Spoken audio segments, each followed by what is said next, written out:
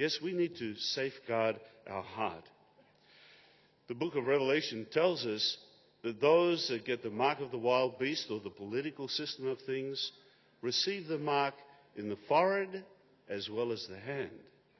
And we realize that that refers to persons either being actively involved with politics or mentally being involved with politics. Let's give an illustration. Imagine, please, that it's the grand final in football. Now imagine that you're a referee, or for our brothers and sisters in Melbourne, an umpire.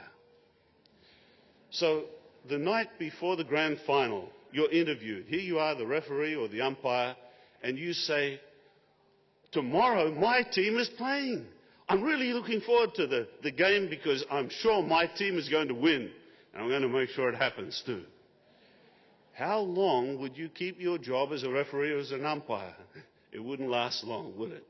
Now, we're not saying that we're referees or umpires, but what we're saying, just as a referee or an umpire needs to remain neutral and not take sides, even more so, we have to be careful that in our hearts we don't develop opinions that would mean that we take sides, politically speaking. For example, do we have viewpoints, strong viewpoints with regard to political issues? Could involve taxation, the new budget, benefits, how boat people are treated. All of these things could be going on in our minds. What if you find that a new law that's being presented to Parliament affects you personally? What if it benefits your business? What if one political party offers you something that is very, very appealing, but the other party is saying that if they get into power, they're not going to do that? Do you have nationalistic feelings when your country is involved with certain things such as sports?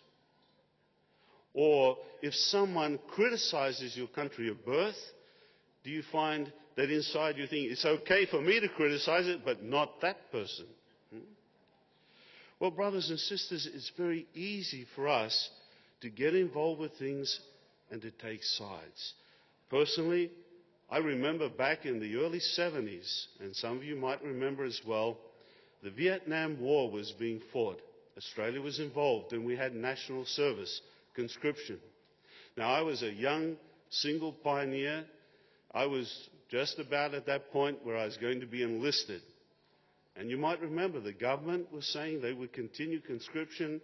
The opposition was saying if they got into power, they would abolish conscription. I still remember sitting in front of the television watching the election results. Now, can you imagine how hard it was not to say, I hope the others get in? But if I had, then I would have been taking sides, wouldn't I? We don't know what the future holds with regard to decisions that we may need to face. But we do know that we must remain neutral so that we are no part of this world.